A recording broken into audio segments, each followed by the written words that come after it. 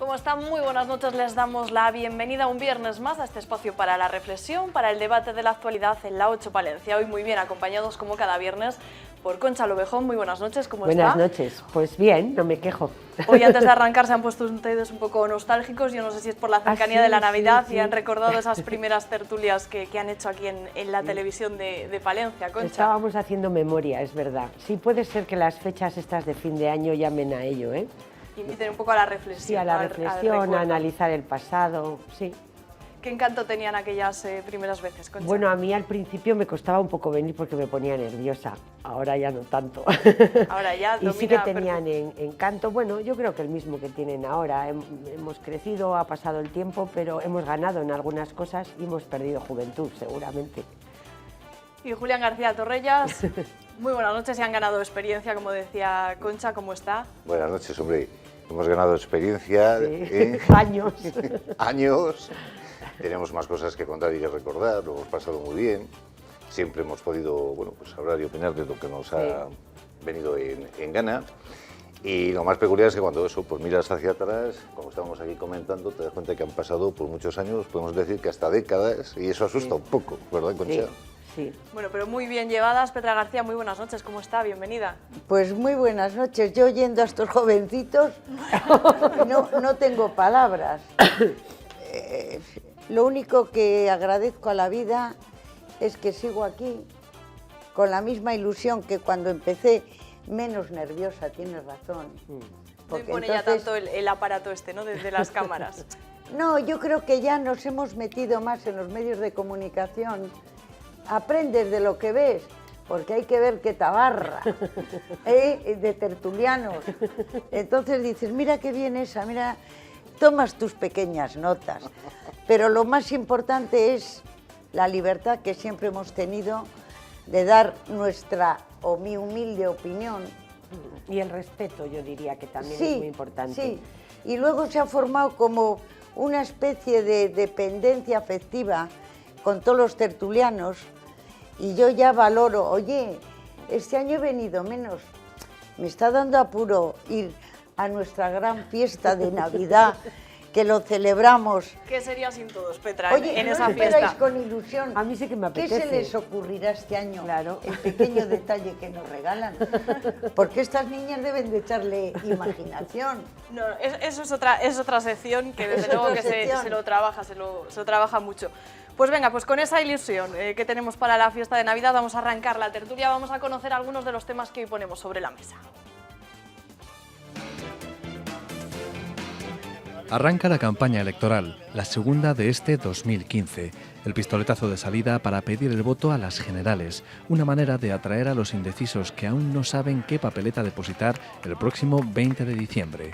Lo veo la propaganda un poco, pues poco porque son muchos, entonces no tendrás mucho de cada uno, esa es la verdad. Deberían de castigar hasta echarles de la política a los que no cumplen lo que prometen.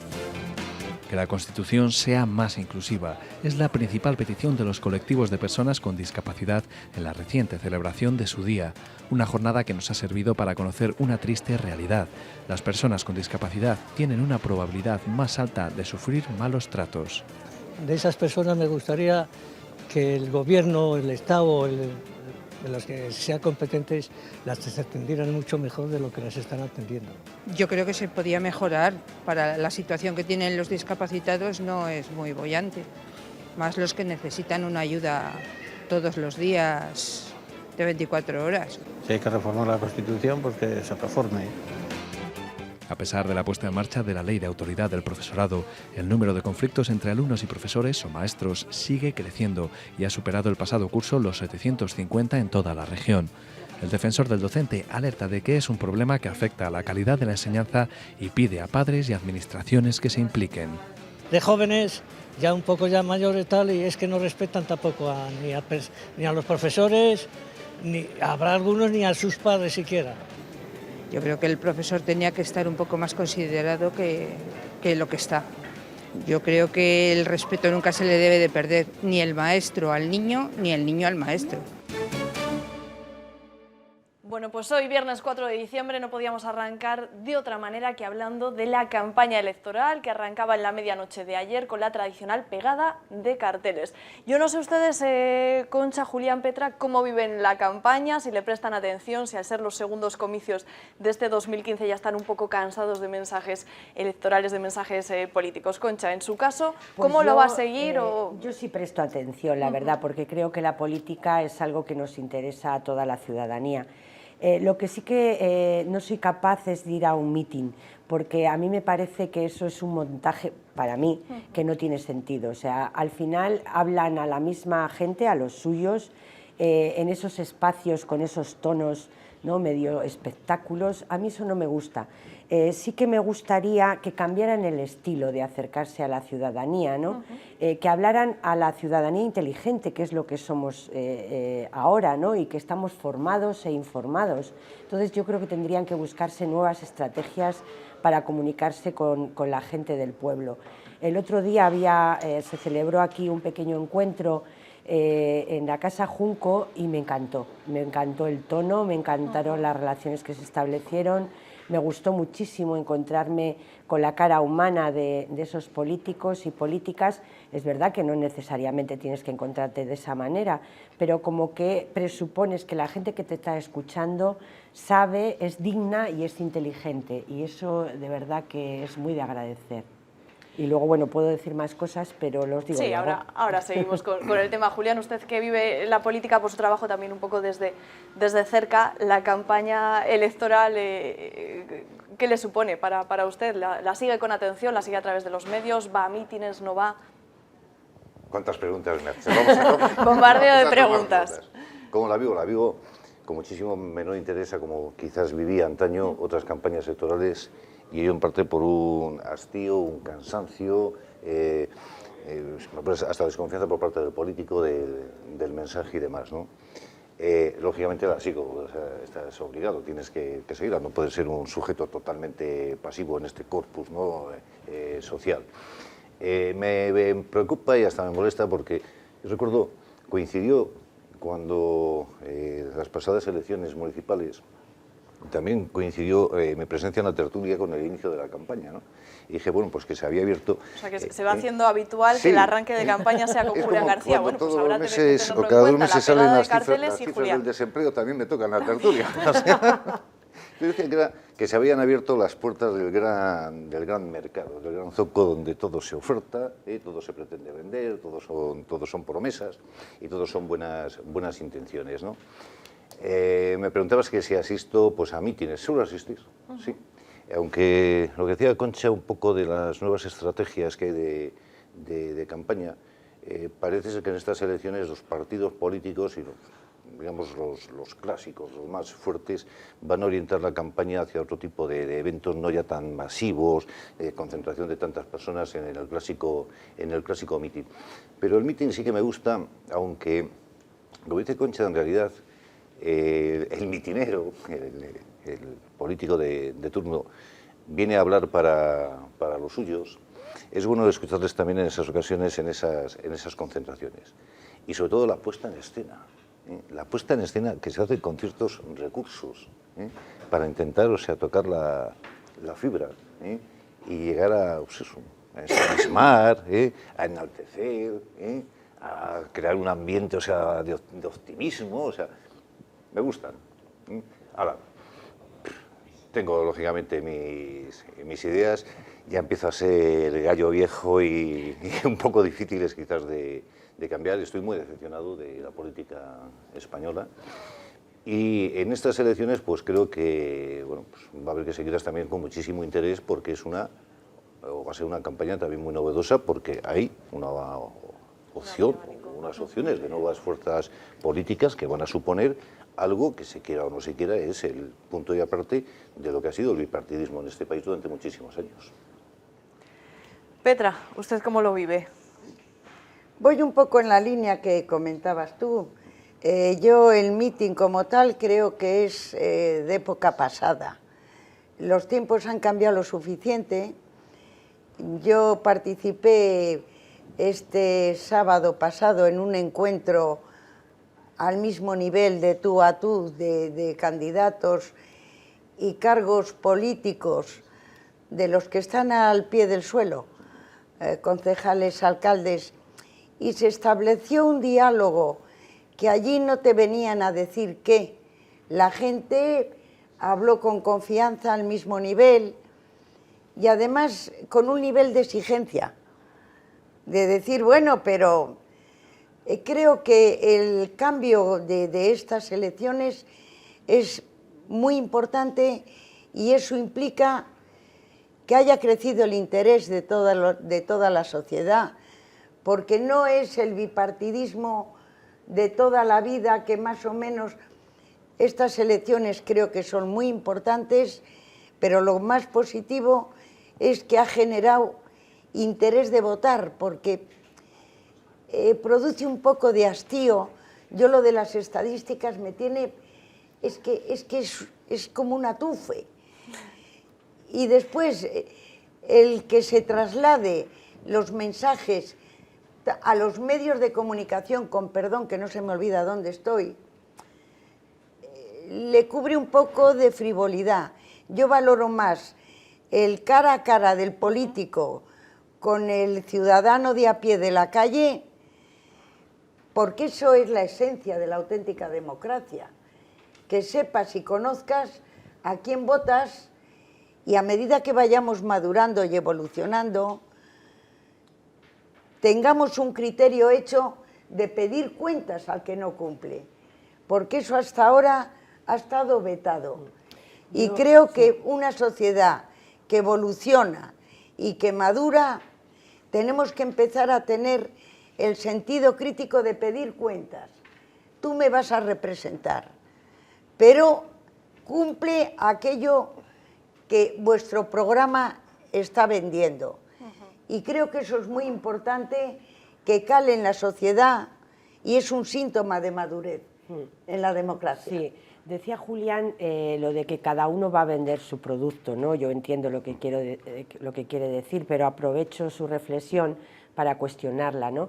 Realmente, y en eso lo comparto contigo, Petra, el partido político tiene un proyecto electoral, tiene un proyecto político de gestión, y eso es en lo que tiene que hacer hincapié. Pero no es un proyecto político cualquiera, es en el que él cree y por tanto que ha de cumplir. Debería de haber estrategias para que la ciudadanía haga cumplir eso que ha pactado y que ha prometido. A mí no me vale, es que la situación no era tal. No, parte de la realidad, analízala adecuadamente, elabora un proyecto viable y luego ya a partir de ahí hablamos. Entonces, ¿yo qué le pediría al político, a la gente que se dedica a la política? Ven y cuéntame lo que estás defendiendo, ven y cuéntame qué vas a hacer. Yo sé que en Inglaterra la gente compra los programas electorales, se depositan, como hacen ellos con los periódicos, se deposita la moneda y cogen el programa electoral y se lo estudian. Aquí, ¿cuántas veces hacemos eso, no? Yo creo que es una cultura democrática esa. Y por otro lado, sí que me gustaría introducir el otro tema. ¿Qué está sucediendo ahora? O sea, por un lado sí que es verdad que puede haber cada vez más estrategias en este sentido de hablarle a un público inteligente de otra manera, en grupos pequeños, en grupos de trabajo, grupos de análisis, y no en la línea solo de mitinera. Pero por otro lado estamos viendo el populismo de la gente que se dedica a la política, por lo menos de los primeros del cartel. Y yo me pregunto, ¿de verdad que tenemos que aceptar eso? Que uno vaya a bailar, el otro toca no sé qué, el otro juega al ajedrez, me da igual, porque lo están haciendo todos, ¿no? O sea, yo creo que eso no es digno y creo que no lo necesitamos, ¿eh? A mí me da vergüenza. Concha, era una de las cuestiones que yo les quería plantear, esa utilización de los medios, pues a mí me parece, de los programas más sociales para plataforma de lanzamiento de políticos. Sí. ¿Qué les parece? A mí me parece horroroso. Esa otra forma de campaña que se está viendo, esa manera de conocer a la persona, no sabemos si de forma forzada o de forma natural. Yo desde que luego, están haciendo si liderara una lista, no me sometería a esa situación. Y me gusta bailar, sí, me gusta cantar y me gusta ser feliz, pero cada cosa se ha de hacer en un ámbito, ¿no? Y yo no creo que tengamos que ofrecerle teóricamente a la gente una imagen que no necesitamos del político. Yo creo que la imagen de la persona que se dedica a la política es, bajo mi punto de vista, la mejor persona para gestionar el ámbito regional, el ámbito local o el ámbito nacional, y que tiene que tener una serie de avales intelectuales que demuestren que él es capaz o ella de liderar ese proyecto. Yo no le pido más. Pero mira, esto está todo contaminado por el mercado Pues de los medios. Descontaminémoslo, ya está bien, Claro, ¿no? pero resulta que el político que se niega, vamos a poner entre comillas, a eso que decimos, el que baila, pues bailan todos. Esto es muy norteamericano. Entonces, hay como sistemas o métodos de campañas establecidos, y como se suele copiar al que ganó más... Pero copiemos lo interesante. Mira, perdona, yo estuve en Finlandia una vez, hace mucho tiempo. Nada más bajar del aeropuerto, el intérprete, íbamos con... era un proyecto de trabajo. Nos dijo el intérprete, esas dos personas que hay ahí, cuidando el jardín, uno es el ministro de, no me acuerdo de qué era, si de educación o de qué, y el otro es concejal de no sé qué municipio. ¿Y qué hacen ahí de jardineros? Uno había dado una tasa de alcoholemia un poquitín más alta y le habían pillado, y el otro le habían pillado conduciendo a mayor velocidad. Y estaban haciendo lo que tenían, servicios a la comunidad, ¿eh? Eso sí que es de imitar y ejemplar, ¿no? A mí lo otro de que en América bailen y nosotros también, de verdad, tamicemos un poco lo que queremos construir y cómo queremos ser valorados como sociedad. Vamos, es mi opinión. Sí, pero a mí me tú parece... fíjate, las fiestas estas que están calando, a mí me pone malo, lo del Papá Noel me pone mala, el Halloween ese de las calabazas. Hay una tendencia, o sea... todo lo marca el mercado. Sí, y somos ciudadanos y ciudadanas del mundo y vivimos en la globalización. Y la globalización... Pero quedémonos con lo bueno, ¿eh? Ya, bueno, quedémonos no has dicho, con lo bueno no has y dicho tamicemos, nada. analicemos. Esto nos interesa. ¿Qué queremos que se diga de nuestra sociedad? A mí, sinceramente, ver a un político, a una política bailando, cantando, tocando, no sé qué, pues me parece una payasada, con perdón, ¿eh? Me parece fuera de tono. Sin embargo, ver a una persona que está defendiendo lo que tiene que hacer, que es un proyecto político tan serio como que de ello van a depender la vida y la felicidad de millones de personas. Es que es un tema muy serio. Va a depender la educación, la sanidad, la alimentación, la vivienda, el bienestar público. Entonces, de verdad que yo no necesito saber si esa persona baila o si no, y si porque no baila es borde porque no baila. No. Quiero el mejor que me gobierne y que lo haga bien y que lo haga al servicio de la ciudadanía, que es para lo que está. Julián, ¿usted qué opina de la proliferación de políticos en espacios más sociales, en programas, como decía Concha, que bailan, que tocan la guitarra, que cocinan, que nos muestran otras habilidades que no son las políticas? Vamos, están como locos por salir. Esto es, y lo voy a decir así de una forma muy sencilla, esto es como esta tertulia. Los que desde hace muchos años pasamos por esta tertulia, y sobre todo por parte de algunos políticos, en activo, y otros ya no lo están, hemos sido siempre muy criticados y nos han estado mirando con lupa. A ver qué es lo que decíamos, a ver cómo tenía la ventaja de que esto luego se vuelve a reemitir varias veces, pero deseando de poder sentarse algún día también aquí en esta mesa. O sea, eso es así de claro. ¿Qué ocurre? Es decir, yo es que el político, en el mayor porcentaje, desconfío de la imagen que proyecta, de persona sencilla, de persona cercana, de persona humilde, porque esto es hasta que llega, un poco lo que decía Concha, ¿no? Y dice, aquí copiamos mucho ese oropel, boato, escenificación a la americana, pero no lo que hacen los nórdicos. Tú hablas, por ejemplo, de Finlandia.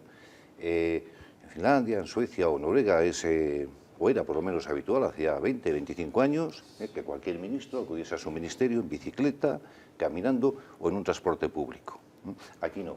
Aquí tenemos que recurrir al coche oficial, con escolta, y atravesar, como yo he visto, la Puerta del Sol de Madrid a las 4 de la tarde, saltando semáforos y a una velocidad increíble para llegar a la carrera de San Jerónimo, al Congreso de los Diputados, ¿no? Entonces, el político español, ya digo, yo desconfío por lo general de la mayoría de ellos porque siempre pretenden proyectar una imagen que no es la que es de la realidad. O sea, pretenden engañarnos, ¿no? Lo mismo que cuando hacen la oferta, que llega el periodo de la campaña electoral, un poco lo que decía Concha, es que yo luego me equivoqué, yo es que no sabía la situación, no, perdona, la situación no sabías o la conocías perfectamente. Lo que ocurre es que es muy bonito ofrecer y prometer. Y luego, como dice el refrán, otra cuestión muy distinta es ¿cómo es prometer y luego dar trigo, no, Concha? O algo así. Una cosa es predicar y otra cosa es dar trigo. Entonces, como aquí ahora mismo la cuestión está en llegar, pues eso, al elector de la forma que sea, engañando, que no digo que todos se engañen, pero los hay que engañan, dando una imagen de lo más próxima, de lo más cercana, lo más familiar, lo más afable. Están como locos por salir en todos los programas de gran audiencia.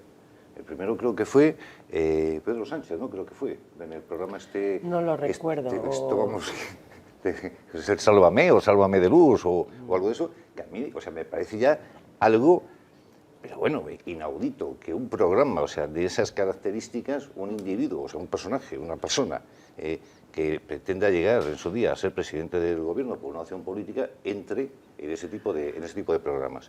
Y ahora están, pues creo que es El Hormiguero, ¿no? Donde salió donde la vicepresidenta del gobierno. Ha bailado, el otro ha tocado la guitarra. Creo que están todos locos por entrar en la casa de Bertín, en fin, de verdad. Y llevarle también una empanada, una botella de vino. Así va el mal, que lo sepan los políticos. Seguimos hablando, pero vamos a ver las imágenes de los políticos aquí en Palencia, en la habitual pegada de carteles, una tradición que aquí de momento no se ha perdido, que como decíamos ocurría a la medianoche del jueves al viernes, todos más o menos arropados y con su mayor ilusión y con esperanzas en los resultados del 20 de diciembre. Se dan cita en distintos puntos de la ciudad. Ningún partido ha coincidido este año, yo no sé si es la primera vez que esto ocurre, probablemente sí, y todos lanzaban sus primeros mensajes de campaña. Una campaña que también está marcada por el altísimo nivel de indecisos a los que tienen que convencer, o al menos indecisos por lo menos a la hora de hacer esas encuestas. En ese sentido es también una campaña diferente e interesante de seguir por ese alto porcentaje de personas que aún a estas alturas se preguntan hacia dónde tirar, ¿no? Hombre, pero esto es una consecuencia del cambio. Del abanico, ¿no? Del abanico, o sea, no es que el electorado haya cambiado de repente, es que la realidad que se presenta es totalmente distinta a lo que ha acontecido. Yo no estoy tan de acuerdo con lo que dice Julián. Tú estás un poco triste hoy. Yo no puedo generalizar ni juzgar a ningún político porque haga 5 segundos el indio. A ninguno. Esto, porque si dicen que no, también se les pone verdes. Quiere decir, ni tú juzgas a la que ve Sálvame de Luz de que es una hortera, porque te lo puedes estar pasando bomba. No se puede juzgar a nadie por el tipo de programa que te apetece, te hace dormir la siesta o te hace pasar el rato. Entonces, esto es el mercado de los medios de comunicación. Sí, pero quiero decir, Petra, que cuando tienes a un personaje... Yo no puedo decir que el fulano que me va a gobernar no sé qué, por ir a no sé qué a hacer el indio, yo digo, bueno, pues mira, es producto de lo que demanda la sociedad.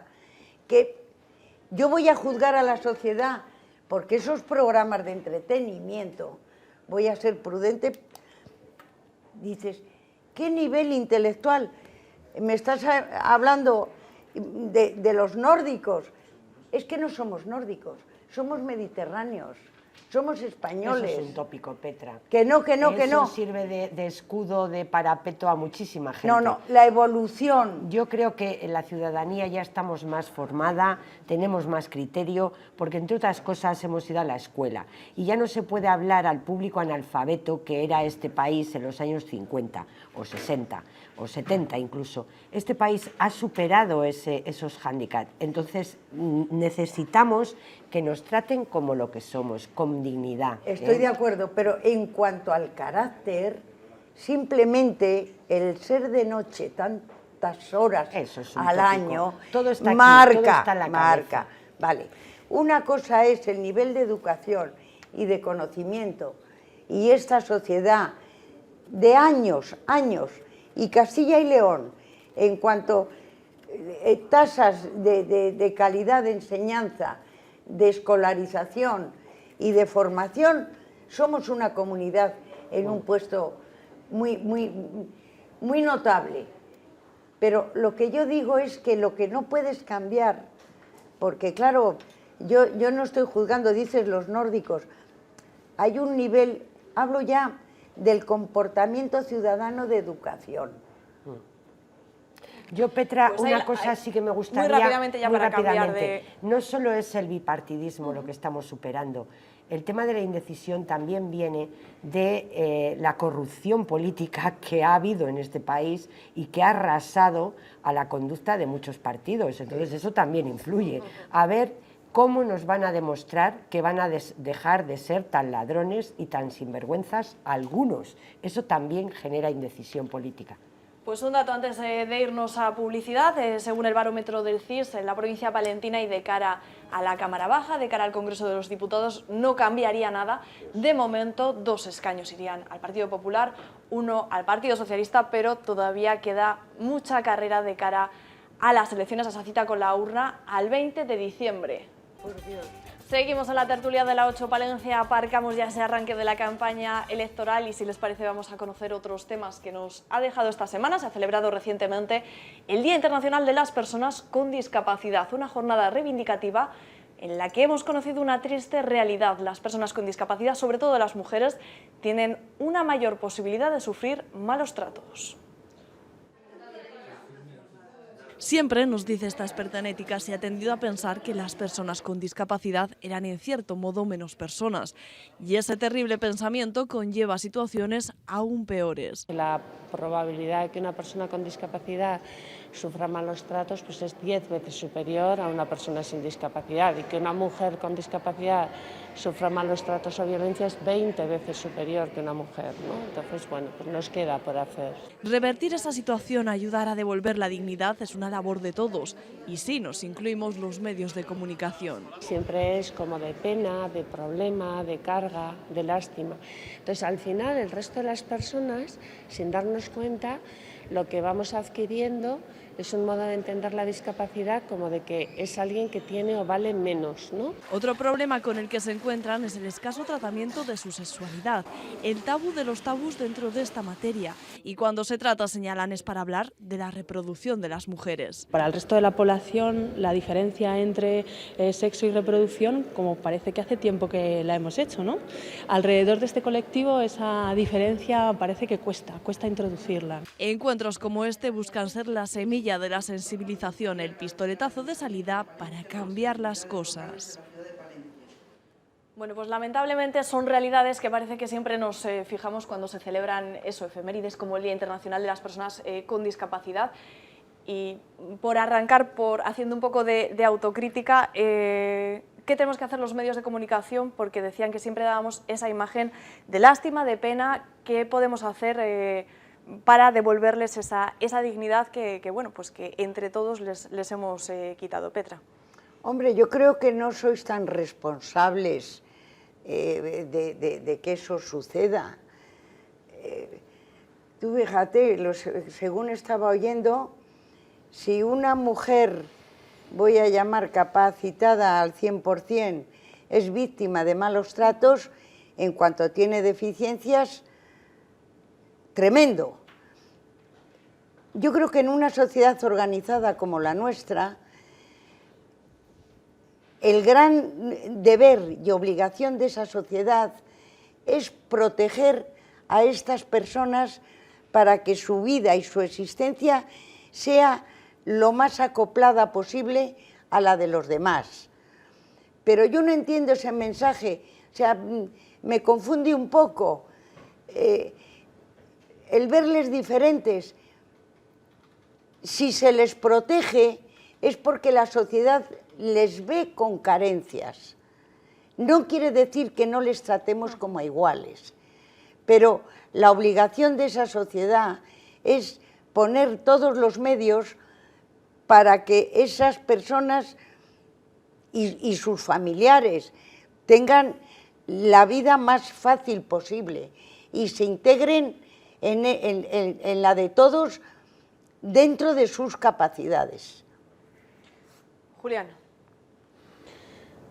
En cuanto a lo que comentabas del tema de los malos tratos, bueno, es algo que siempre se da cuando hay una situación de debilidad, o sea, eso es lamentable, siempre hay un nivel por encima de otro. Cuando ves la debilidad de alguien que está en ese nivel inferior, intentas quizás abusar, aprovecharte de tal. Y fíjate, yo creo que en el tema de los medios de comunicación, en el tema de los... y voy a ser muy cauto porque la verdad es que no sé exactamente qué término utilizar, que sé que hay bastante discrepancia con ellos, y disminuido, discapacitado... Personas con discapacidad, Julián. Personas con discapacidad. Sí. Yo creo que se está trabajando bastante bien. Hombre, que en ocasiones pueda haber errores, pues como con todo en la vida, pero si miramos hacia atrás, y no tenemos que remontarnos muchos años atrás, cuando desde los medios de comunicación, y me incluyo en ellos, en otra época laboral de mi vida, de cómo se podía tratar el tema de cuánto podía afectar a este campo de las personas con discapacidad, disminuidos, bueno, algo tan salvaje que me van a permitir y que nadie se ofenda, es decir, cuando no hace muchos años el término que utilizábamos era el de subnormales. O sea, algo creo que es bastante, o sea, grave y ofensivo, ¿no? Sí, bueno, en la terminología quizás se ha podido avanzar, se pueden utilizar otras palabras mucho más suaves, pero lo que es el mensaje, que en realidad es lo que importa, creo que se está trabajando bien. Ya digo, puede haber excepciones, pero no es tampoco un trabajo exclusivo nuestro de los medios de comunicación, sino que por parte de afectados o colectivos que representan a esta gente, son también quienes en ocasiones a lo mejor, en vez de llegar con el dedo acusador diciendo lo que se ha hecho mal, quizás lo que viene muy bien es el consejo, es decir, mira, esto, no sé si has reflexionado sobre ello, hubiese quedado mucho mejor de esta otra forma. Concha, ¿hacia dónde debemos avanzar? Bueno, pues que es un hecho, que es verdad, estoy de acuerdo que hemos avanzado. Podemos recordar en aquellos momentos de la historia en los que se ataba a la gente pues con el ganado. Y no tan lejano, en el tiempo. Sí, no tan lejano, y no se los dejaba salir, se los ocultaba. Yo creo que tiene que haber servicios adecuados a sus necesidades, tiene que haber procesos de educación y sensibilización social. Tiene que haber medidas de fomento del empleo, de fomento de la independencia, apoyos específicos para las mujeres si es que viven estas situaciones de mayor violencia, imitar aquellas experiencias que haya, que estén resultando, que las hay, que sean interesantes. Y luego también yo creo que tenemos que poner en tela de juicio el concepto de normalidad. O sea, ¿qué es una persona normal y qué es una persona discapacitada? Porque además es tan frágil la línea de separación que cualquier día podemos estar allí, ¿no? Y entonces en un momento determinado necesitamos que alguien nos facilite la vida. En fin, que yo creo que una sociedad madura ha de dar respuestas a la ciudadanía que vive en esa sociedad, y esta es una realidad más a tener en cuenta, ¿no? Y vamos. Bueno, que no se me olvide citar que estos datos que hemos escuchado son parte de un estudio de Amudis que en breve, en unas fechas, hará público y que seguro que es muy interesante también. En ese día, en la celebración de ese Día Internacional, los colectivos que representan a estas personas pedían una reforma constitucional, que los partidos ahora en sus programas electorales reflejen esa reforma y que la Carta Magna blinde sus derechos, que, como decía Concha, pues asegure una integración plena en la sociedad. Imagino que se tome nota, ¿no?, de esa petición, Petra. Yo intuyo que si la Constitución dice que todos los españoles somos iguales en cuanto a derechos, lo veo un poco como de escaparate, porque o sea, esto no es una ley, esto es un deber de una sociedad que ha evolucionado, ha madurado, y la realidad que vivimos responde a esa evolución. Vivimos en una provincia donde yo creo que hay una fundación, la Fundación San Cebrián, que es un ejemplo de diversificación, de atención, de gestión. Entonces, lo conozco de cerca porque desde el grupo donde yo estoy, de Araduey, se han apoyado una cantidad de iniciativas, quizá el colectivo que más iniciativas ha presentado. Entonces, el nivel de atención en pisos tutelados, en talleres de empleo, es un nivel notable. Beba si quiera Petra Sí, y escuchamos me atraganto. rápidamente a Julián y a Concha porque tenemos ahora una llamada pendiente, les cuento.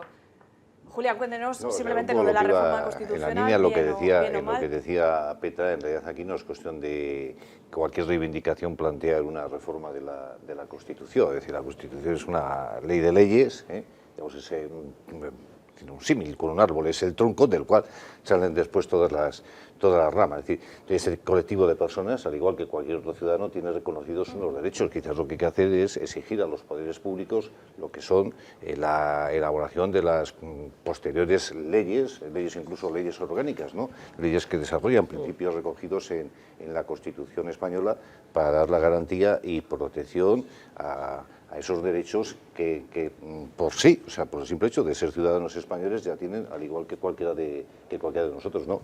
Bien, es verdad, bueno, de hecho, en la Constitución española creo que hay varios artículos que hacen referencia a la protección, a la integración de este colectivo de personas. Quizás pueda haber efectivamente, después de tantos años de ejercicio constitucional en este país, que no se han desarrollado las correspondientes leyes, como puede ser en otros aspectos que están recogidos en la Constitución, y estamos pendientes de su ley orgánica.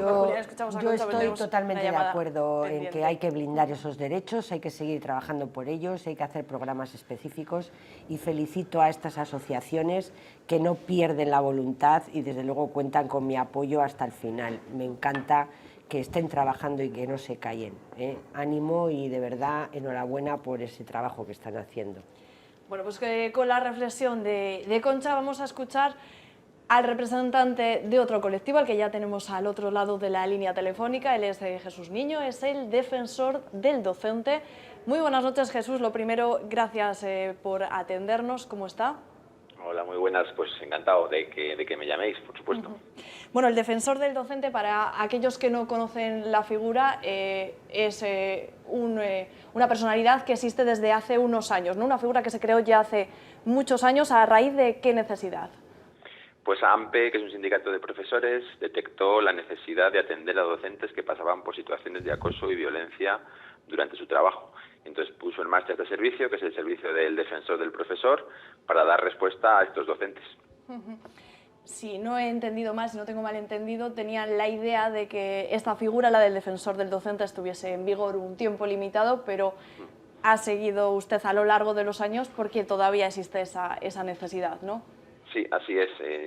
Estaba previsto que fuera pues eso, temporal, bastante breve, pero llevamos ya 9 años en Castilla y León, 10 a nivel nacional, y tiene pinta de que vamos a seguir necesitando un servicio de este tipo.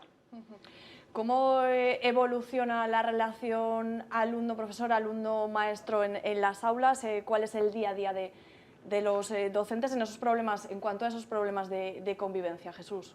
Pues la verdad es que el sindicato AMPE y el servicio del defensor es un servicio que pone puntualmente este sindicato en marcha, y nuestra información, lo que recogemos cada año, es que el aumento es considerable. Los últimos 3 años han ido desde 36 casos atendidos hace 3 años, 46 en el siguiente año, y este último curso que ha terminado 57. Es verdad que son pocos, pero por ejemplo la consejería hace su propio informe anual y ha subido de 600 niños que han agredido o insultado a un docente a 750 en el último informe. Con lo cual es verdad que es un dato yo creo que a tener muy en cuenta, y que hay que poner medidas cuanto antes para que se solucione. Bueno, los datos ya casi valoran para qué ha servido esa ley de autoridad del profesorado, ¿no? A priori, Jesús, no está haciendo el efecto con el que fue creada, ¿no? Sí, a ver, nosotros desde luego insistimos mucho en que se crease y estamos de acuerdo en que esté en vigor, pero hace falta que ahora se desarrolle, hace falta que los centros lo conozcan, que la administración eche una mano, que los padres tengan el conocimiento de que ahora somos autoridad y que eso supone que cualquier insulto, cualquier agresión ya no es una falta como antes, sino es un delito. Entonces yo creo que la ley tiene sentido, lo que hace falta es que la gente pues lo conozca y lo ponga en marcha, porque realmente si no conseguiremos nada.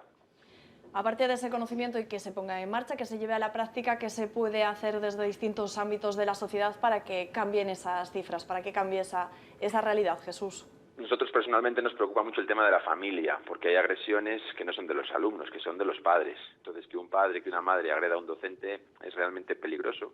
El hecho en sí mismo puede ser parecido al del alumno, pero tiene otras connotaciones. Si un padre agrede, muy probablemente su hijo en el futuro también lo haga, porque ha visto que su figura de referencia lo puede hacer sin ningún problema. Con lo cual nos preocupa que los padres tengan esa formación, ese conocimiento y al final ese cambio de actitud, ¿no? Para que se den cuenta que la figura del docente es muy relevante y que todo lo que transmitimos como padres al docente también va a repercutir en nuestros hijos. Pues muchísimas gracias, Jesús, defensor del docente, por hablarnos de esta realidad y por aclararnos para qué sirve la figura del defensor. Ojalá hablemos en un tiempo, pero como Jesús, no como defensor, ojalá se extinga esta figura. Muchísimas gracias por atendernos de nuevo. Un placer, como siempre. Bueno, pues una realidad, la de las agresiones, la de los problemas de convivencia en las aulas, que parece, Petra, como escuchábamos al defensor del docente, que va a más, ¿no? Que parece que de momento no se toman las medidas necesarias para frenar. Hombre, a mí lo que me alarma, y escuchándole y viendo las noticias, los datos que dan, que sean los padres los que agreden al profesor. Entonces, es como que se te quita la esperanza de resolver, porque el primer responsable de educar a un chico es la familia, los padres. Entonces, si la actitud de un padre con el docente, hay que ver que vayas a un centro donde se imparten conocimientos y no puedas utilizar la palabra, el lenguaje, para entenderte con ese docente, hablar de la problemática de tu hijo, a trompazo limpio. Entonces, eso me causa auténtica alarma. La agresividad de la gente joven, yo primero la sitúo en la educación de la familia, por supuesto. Yo creo que en los centros, en los colegios, en los institutos, se imparten conocimientos y convivencia con los compañeros, pero las normas de educación empiezan desde que el niño existe y tienen que iniciarse en la familia, Entonces, este fenómeno que los padres agredan a los profesores es muy alarmante. Julián. En la misma línea de Petra, es decir, una gran preocupación. Primero, yo creo que no es un problema de convivencia, aunque convivan en el aula docente y alumnos. Es una cuestión sobre todo de respeto. Claro, en la situación o partiendo de la perspectiva del alumno que no respeta a su profesor, desde unos niveles ya de enseñanza muy primarios, es decir, de una temprana edad, imaginemos el monstruo, entre comillas, social que esa persona puede ser el día de mañana. O sea, no va a tener el mínimo respeto a nadie ni absolutamente a nada. Hombre, es posible que cambie y ojalá que cambie. La situación yo creo que es muy preocupante, ¿no? Porque dices, pues lo que decía Petra, la base de la educación está ahí anclada en un espigo, ¿no? Que es la familia, pero otro fundamental es el sistema educativo, ¿no? Entonces, cuando tú tienes a un docente que puede llegar a clase que no dormirá por la noche, o sea, que es víctima de una crisis de pánico, de angustia, que tiene que recurrir a este tipo de ayuda, a una baja laboral, porque es incapaz de poder entrar en un aula, no vamos a decir con mozalbetes de 15 o 16 años, sino con chavales a lo mejor de 11 o 12 años. Es que el sistema educativo español tiene un problema ahí, o sea, bastante gordo y muy grave. Y sobre todo lo que digo, que cuando gente de esa edad agrede físicamente, psicológicamente a un docente, esa persona dentro de 4, 5, 6 años más, eso va a ser un peligro social, un monstruo social muy peligroso. Y luego, la verdad, yo conozco, que en ocasiones tampoco decir que es que el profesor tenga que ser una persona débil, enclenque. O sea, yo conozco el caso, además muy directo, de un profesor agredido por un alumno de primaria, primera, secundaria, la verdad es que yo estoy perdido, como yo soy de aquellos planes de estudio de los años 60. Si va al instituto es secundaria, si va al cole es primaria. Primaria, pues entonces primaria. Un chaval de primaria de agredir a su profesor, que es como una mole, como un castillo, y además dejarle, o sea, que el alumno en sí se desahogara, como a mí me decía, que es que sabía que en cuanto le pusiese la mano encima para frenarle, yo me podía buscar la ruina como director del centro, ¿no? Es un serio problema, yo creo, no sé qué medidas se pueden adoptar, pero ya, claro, no solamente la familia, es que es todo el cuerpo social. Yo creo que hay que hacer una reflexión hacia el pasado también, ¿no? Estoy de acuerdo con todo lo que decís vosotros, vosotras, no voy a repetir.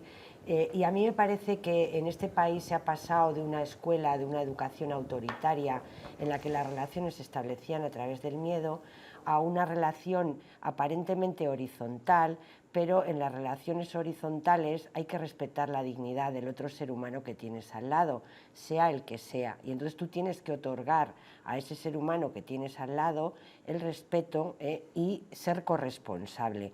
Eso por un lado, o sea, en este país nos hemos saltado, porque esto también está pasando con el cuerpo sanitario. Si no me tratas como médico, como médica, como yo quiero, también te puedo pegar. O sea, ¿qué estoy presuponiendo que eres tú en la relación que establecemos, ¿no?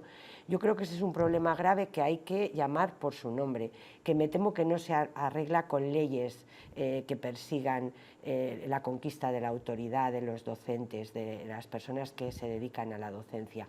Yo creo que hay una parte fundamental en la familia también, que se suma a esto, que es cómo hemos educado a nuestros hijos e hijas como reyes, como príncipes, que solamente tienen derechos, que lo pueden tener todo por su cara bonita, porque han llegado a la vida por la puerta grande. Y entonces no les enseñamos lo que significa ser responsable, ser respetuoso, conquistar tu dignidad con la dignidad de los otros, respetar la autoridad, no el autoritarismo, la autoridad de la palabra, la autoridad del conocimiento, la autoridad del papel que te toca jugar.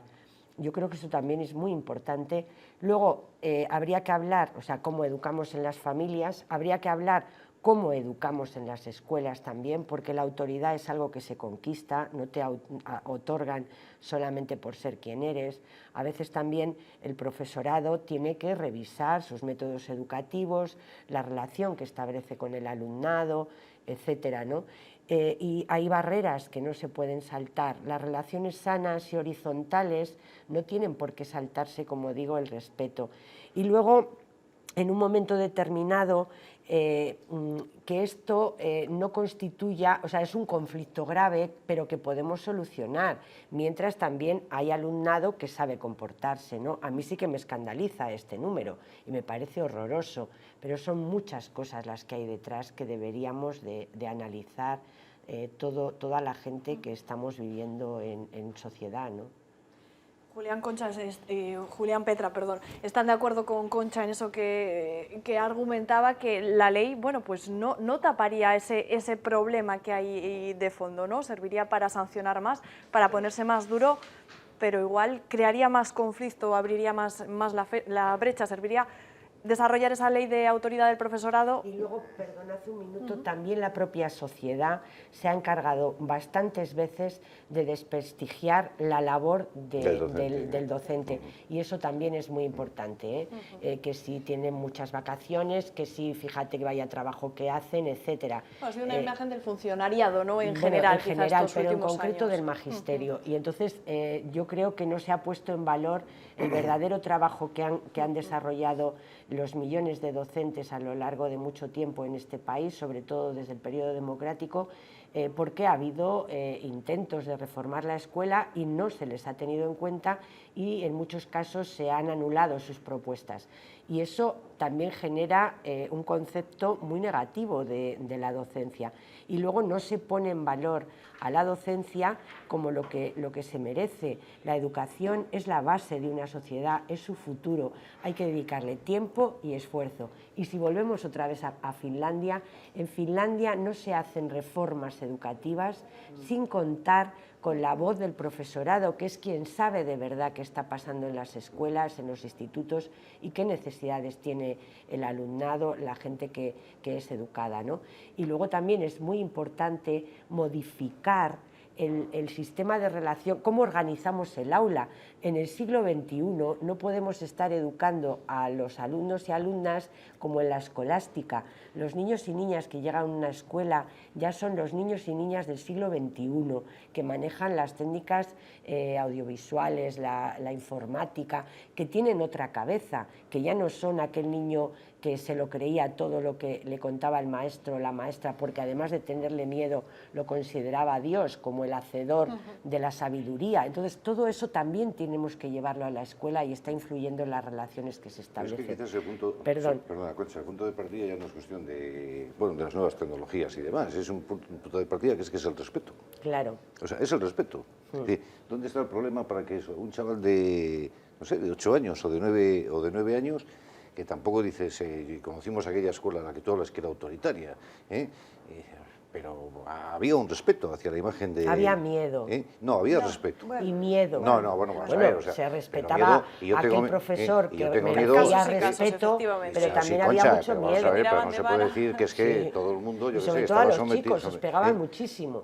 A las chicas nos pegaban menos. Pero, yo no, y soy mayor que vosotros. O sea, a mí me han pegado cuando me han pegado... Y te puedo decir, o sea, que un profesor de aquellos que te daba con el cuadradillo sigue todavía vivo y mantengo con él, mantengo con él, o sea, una amistad, o sea, maravillosa y le estoy muy agradecido, o sea, no vendamos una imagen de decir que nosotros cuando íbamos a la escuela como si nos metían en el campo de concentración de Auschwitz, pero sí que era, pero había algo básico que era el respeto. Ya, pero que si no estaríamos todos traumatizados. Hacia cualquier persona. Yo creo que sobre todo es una historia que hay que analizar con clave de futuro. Claro, con clave de futuro, pero resolverla. Viendo la realidad de la sociedad que tenemos actualmente. La incorporación, me voy un poco para atrás, de la mujer al trabajo, disminuye la familia, son familias distintas, entonces se suple muchas veces el tiempo que se dedicaba en la familia a los hijos con una locura de cosas extraescolares para que tu hijo sea el mejor, sepa esgrima, sepa no sé qué. O sea, hay una carencia de dedicar tiempo, te digo en lo cotidiano, día a día. Yo noto como un poco educar a un niño no es dar a un botón, y no te digo nada ahora con las nuevas tecnologías, más lejano todavía. A un niño hay que dedicarle presencia y tiempo. Desde que nacen. Y hoy en día se socializan los niños de 0 años. Que es positivo por la sociedad que les va a tocar vivir. Pero lo horizontal, totalmente de acuerdo. Pero el tener autoridad no es ser autoritario. Claro. La autoridad, el autoritas, te lo ganas tú como docente, pero el mundo no existiría si no se reconociera una autoridad.